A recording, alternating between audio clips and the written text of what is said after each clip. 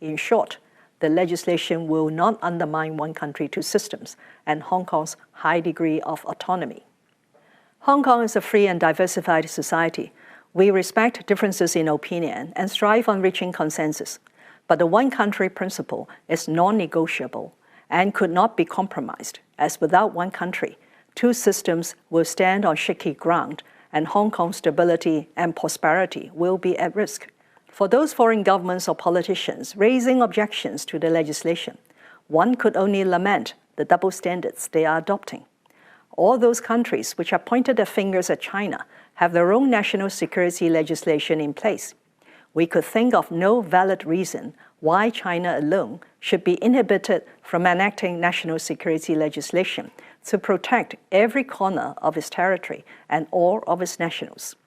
During this period, groups advocating Hong Kong independence and self-determination incited protesters, very often radicalized young people, to desecrate and burn the national flag, vandalize the national emblem, and storm the central government's office in Hong Kong. Further, some local politicians proclaimed that they would paralyze the Hong Kong SAR government, while others campaigned for foreign governments to interfere in Hong Kong's affairs, or even to impose sanctions on Hong Kong. No central government could turn a blind eye to such threats to sovereignty and national security, as well as risks of subversion of state power. All in all, these acts have crossed the one country red line and called for resolute action. As the highest organ of state power in China, the National People's Congress has the constitutional power and the duty to enact national security legislation for the Hong Kong SAR.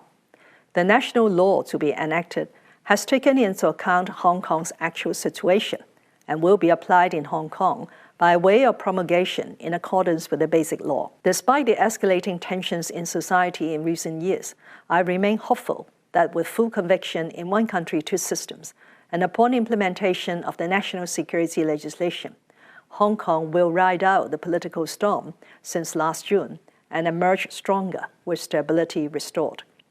I and the Hong Kong SAR government are determined to capitalize on our strengths, harness the opportunities presented by a country's development, and provide Hong Kong people with brighter prospects. I urge the international community to respect our country's right to safeguard national security and Hong Kong people's aspirations for stability and harmony.